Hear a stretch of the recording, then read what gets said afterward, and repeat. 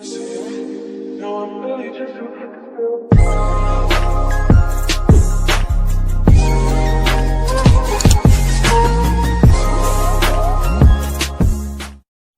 everybody, welcome back. So we are going to divide this video into two parts. The first part is mainly for those who are not associated with any kind of institution, online or offline. We will then talk about the online resources that I suggest for taking lectures and for taking tests. Then in the second part, we will talk about those of you who are associated with any kind of institution, and we will talk about planning for test and classes. So without further ado, let's get started. So for all those of you who are not associated with any kind of institution, the main setback is the discipline that we lack when we are not guided or when everything is left to our hand. So you must be very disciplined and execute each one of your plan very nicely.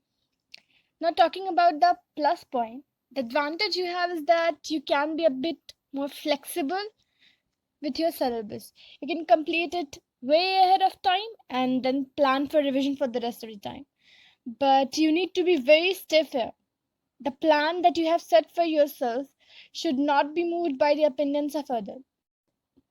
Now, having said that, let's move on to our next topic, that is test. So you need to have a very trusted full syllabus mock test series, because a badly organized test can either lead you toward depression or toward overconfidence. Other than that, for unit wise test or chapter wise test, I would recommend this app named Darwin.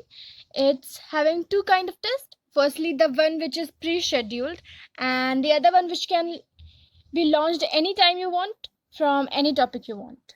You can even set the number of questions and the test duration.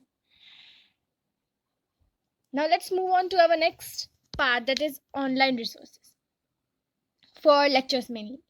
And here I would mainly be talking about YouTube channel, starting off with the most dreaded one, physics.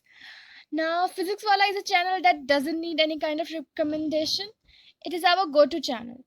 But I personally think for chapters like mechanical properties of solid, mechanical properties of fluids, thermal, KTG, and modern physics, these are the chapter which are much less time consuming, and a much more efficient source would be this channel named Physics Galaxy. Mainly the checklist videos of these chapters. They are way shorter and even cover the numericals. Again, for all those of you who are not able to grasp everything of one chapter in one or two lectures, it's completely fine, and you should just switch back to watching Physics Wala. Don't blindly follow everything that's said to you. You must decide for yourself. Having said that, now let's shift on to chemistry. First of all, for organic chemistry, I again suggest Physics Wala. For inorganic chemistry, I suggest you to do more of self study rather than listening to lectures. But if you do feel like watching lectures, just go for one shot or 3 hours per chapter video of Sakshi Vora ma'am. In fact, she's a very nice teacher even for physical chemistry. I suggest even her full-fledged lectures, or if you are short on time, you can go to 3 hour per chapter series. Now let's move on to our next and the last subject, that is biology. Now biology is a subject where you can be a bit more flexible.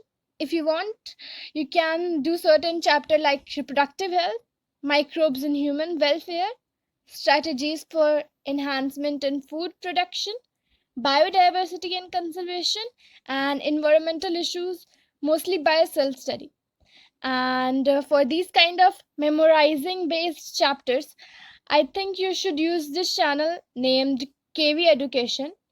But for chapter which are having much more theory and concepts, for example like genetics, biotechnology, reproduction, and chapter like that, I would suggest you to watch full-fledged lectures of teachers, for example of Ritu ma'am or that of Dr. Anand Manisa, or any full-fledged lectures of your choice is more apt for these kinds of chapter.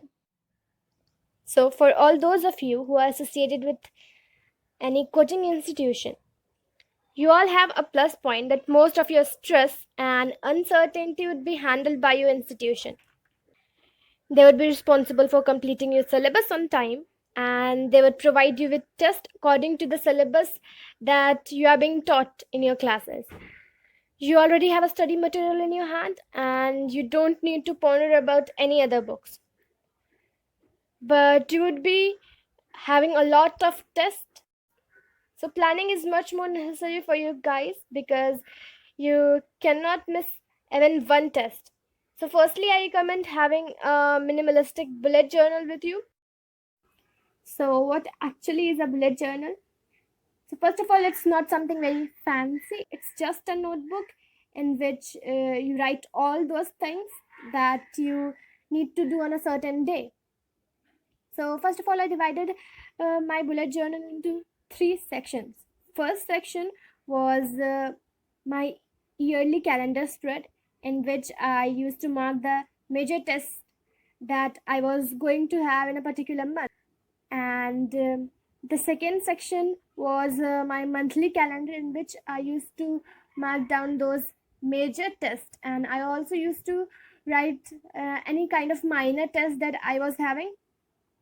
And on the third part, I was having a weekly to-do list, in which I was dividing 2 pages into 7 sections, and each section represent a day, and I used to write my daily to-do list on those sections. So I think that's how you would cover most of your syllabus, and even revision would be easier by this. I used to write to-do list first thing in the morning because it gave me an outlook for the whole day. If you do think that this video has helped you, all do consider liking and subscribing it. Well, that's for today. See you all next time.